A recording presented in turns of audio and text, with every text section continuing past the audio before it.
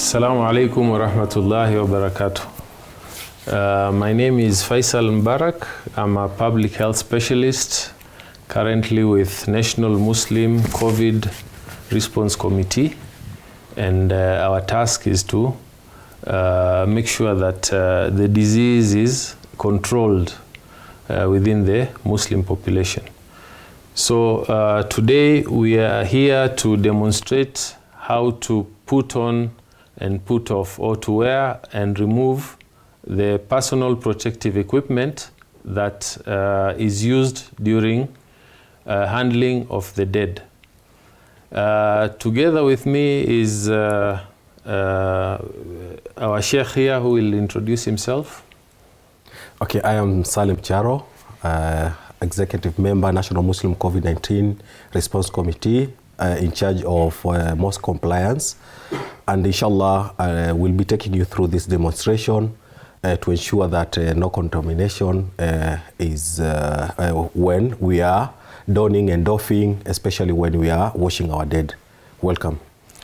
Thank you. So the purpose of this actually is to make sure that we do not spread COVID-19 diseases through the activity of handling and washing the dead body. So it is imperative that we do it properly. We wear the protective equipment or the protective clothing to protect ourselves and those who are actually handling the dead body. So without further ado, I will quickly demonstrate what is required. Basically, before entering where the dead body lies, we are supposed to make sure that all the equipments that we require are in place. For example, the personal protective equipment. We also must make sure that we hydrate properly, you drink enough water, because these clothes make you sweat a lot. And we've experienced somebody fainting because of dehydration. On top of that, we also must make sure that we also have those items that are required to wash the dead body. For example, our Sheikh can tell us, Sheikh Salim. Okay, in short, what we really need before we enter the ghusl area or the washing area, it's important that we have everything ready for washing the deceased. So the first thing, we must have warm water, we must have soap, we must also have camphor, also surgical gloves. We must also have antiseptic to mix with the water when we are washing the dead. And also we need cotton wool and shrouding cloths and perfume. This is the normal requirements when most of the time when you are washing our dead. And we must ensure the number of people that are entering that room, it is not less than 4 and not more than 6. And most importantly, we must ensure that only close family relatives are the ones who are allowed, or the ones who are in charge of washing, not more than that. Thank you. Yes, so it is important that we know how to wear this. First of all, we make sure that we have drunk enough water. You've gone for a short call or a long call, so that whenever you enter that room, you are not able, you do not come out until you are through with the work. And also, you must remove things like watches. You must remove things like rings. In case for women, you must remove your earrings, and so on and so forth, so that you are not able to be interrupted. Also, you must make sure that you put switch off your phones or leave them outside, because it is not advised that you answer or pick any calls while you are doing the washing. So first and foremost, we start by disinfecting our hands or washing our hands. In case there is no water, you use the alcohol-based hand rub. So you make sure you sanitize your hands or you wash your hands. Then step number 2, you must make sure that you wear gloves after you disinfect your your hands.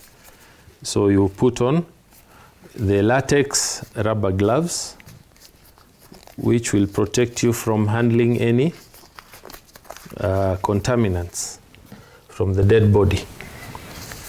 So you wear the gloves.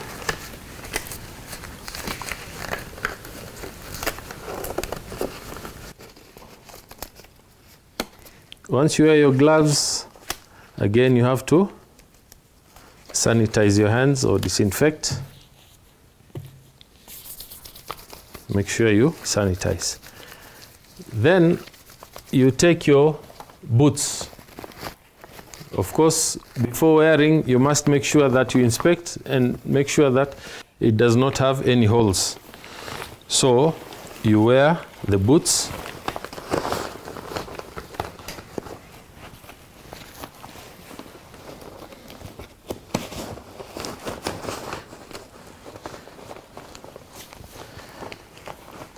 Once you put on the boots, you make sure that you sanitize again. Using alcohol-based hand rub.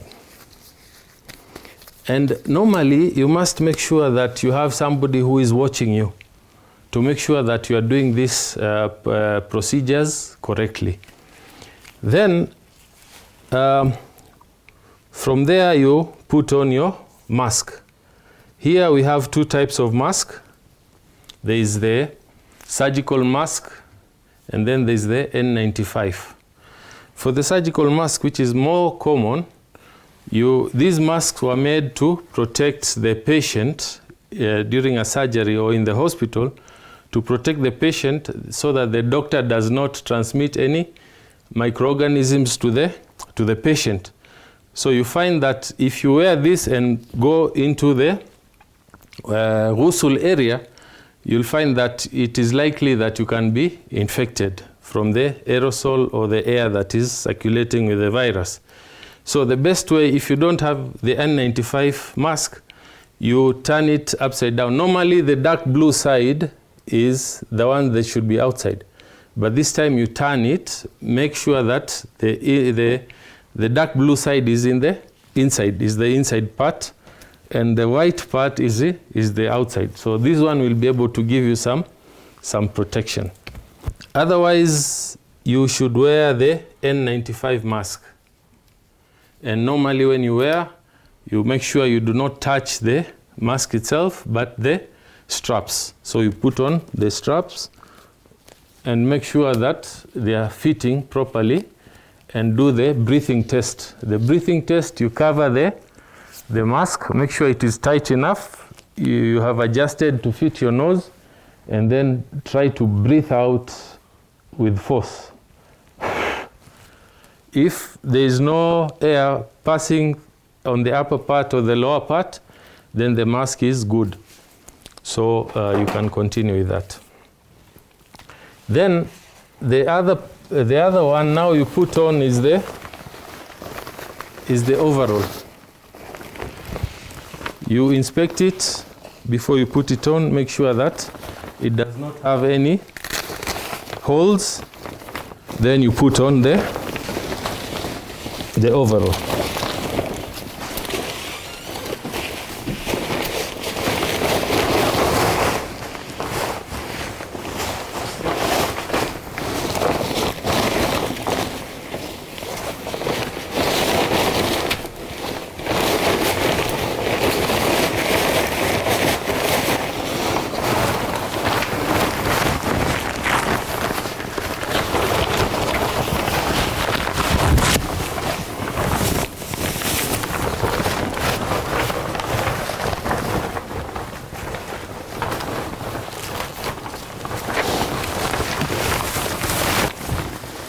You put on the overall, then you'll find that there is a zip. You close the zip,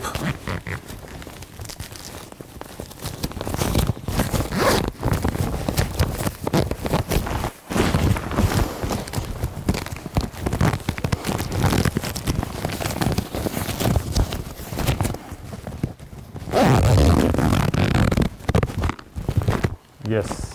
close the zip, and then on the sleeve you can make a hole on the sleeve and put your thumb inside there, that hole you made, so that the sleeve covers part of your hands. The same thing applies to the other hand. You make sure that you have something like that. Then after that, put on the hood of the overall, and then put on the goggles.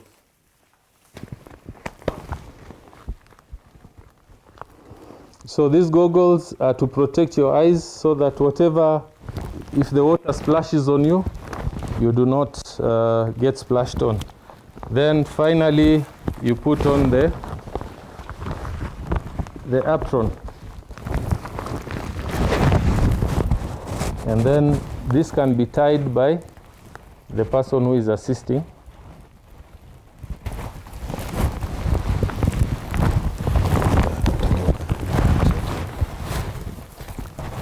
It should be a loose leaf, because when you are doffing, it will be easier. You just pull the strap.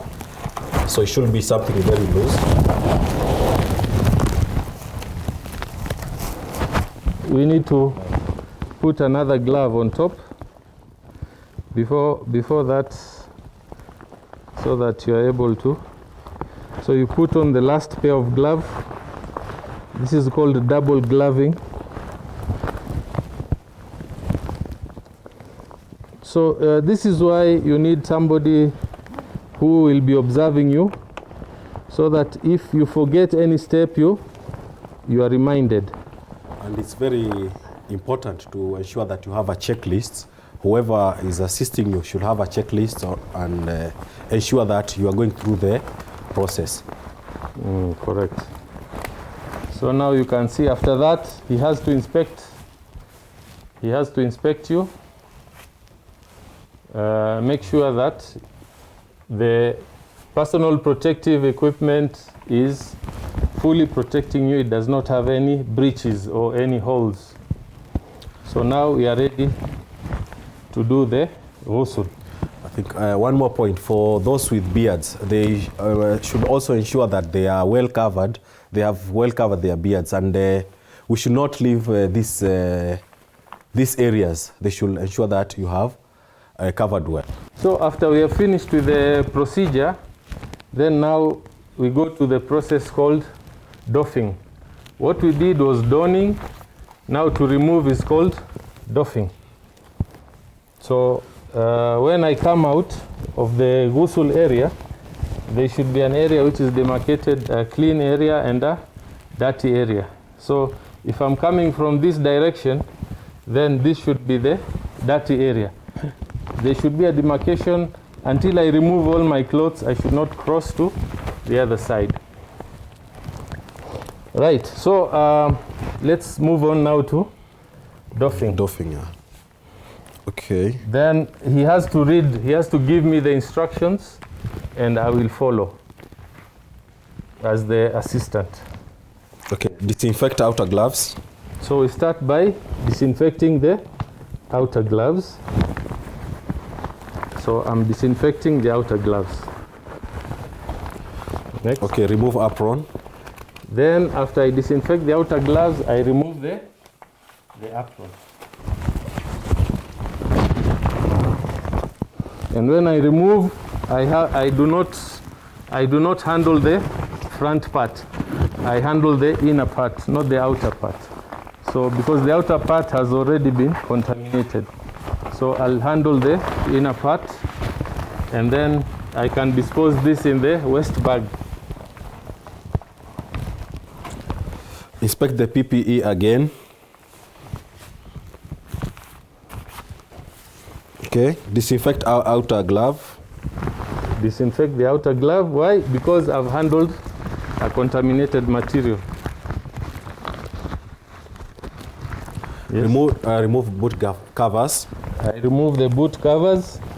There has to be a chair So once I remove, at least I can sit and I do not lose my balance. So I remove the boot cover.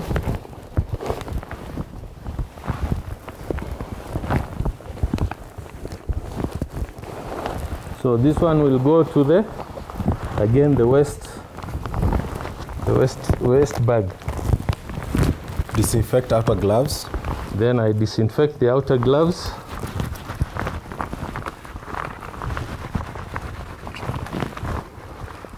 Because I touched a contaminated item.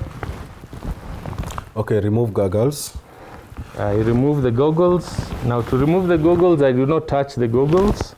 I shall hold the strap and remove the goggles. This one can be reused, so I'll put it in a place where it can be disinfected. Okay, disinfect the gloves, the outer gloves, yes. I'm disinfecting the outer gloves. Outer gloves. Remove hood. I remove the hood. Disinfect outer gloves.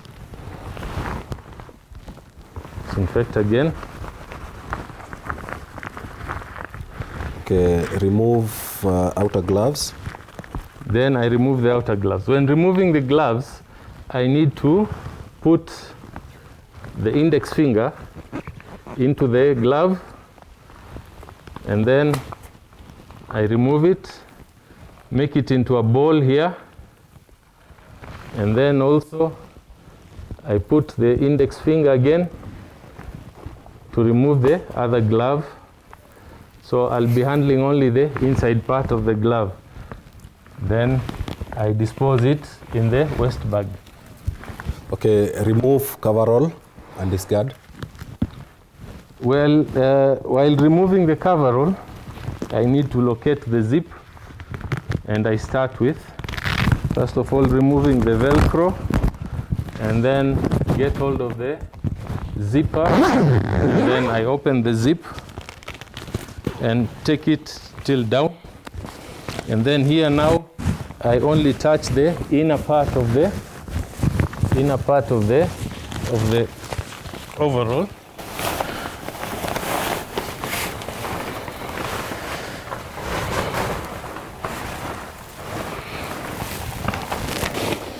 Inner part of the overall, then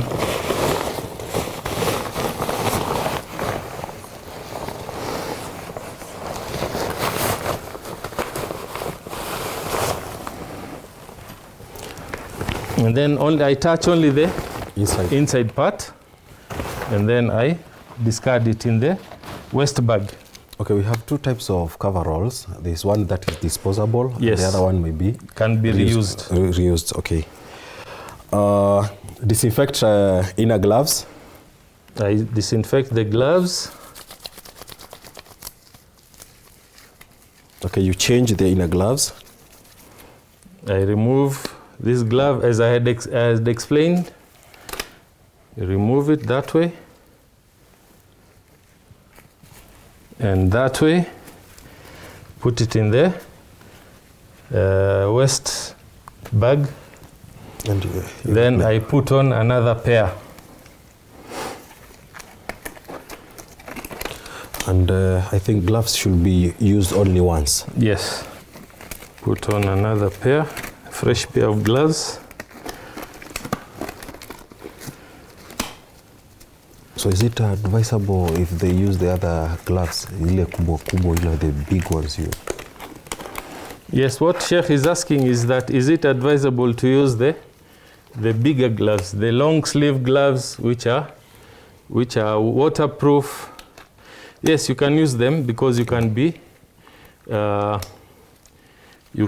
able to disinfect and reuse.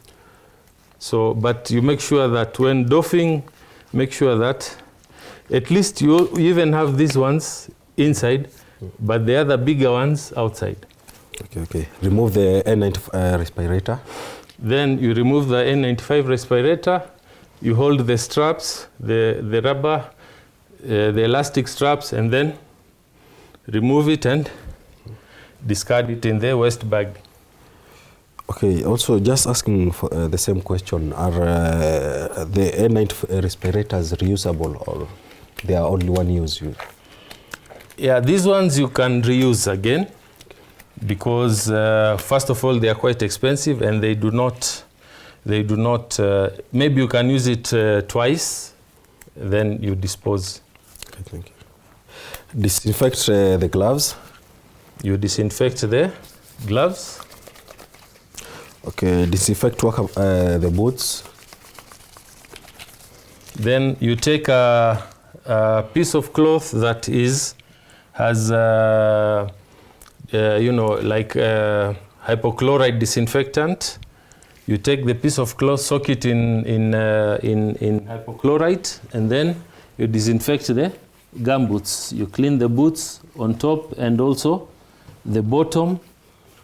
And then once you clean, already all that we've been doing in the unsafe area or the dirty area. Then after you disinfect the boots, then you jump into the safe area, whereby now you can be able to get out of that room. At times we may fear to use a cloth to rub our boots. So is it advisable maybe if we may choose to spray the boots? Yeah, if you have a spray, then it's good. You can spray. Okay, finally you remove the gloves and you perform hand hygiene with alcohol-based hand rub. Yes, finally you remove the gloves as I had demonstrated. And then once you do that, you wash your hands with soap and water, or you disinfect using alcohol-based hand rub. So with that, we have actually shown how you don and how you doff the personal protective equipment so that you do not infect others in the family, or you do not infect yourselves as the people who wash the dead body. So with that, I say, Assalamu alaikum wa rahmatullahi wa barakatuh. Wa alaikum assalam wa rahmatullahi wa barakatuh.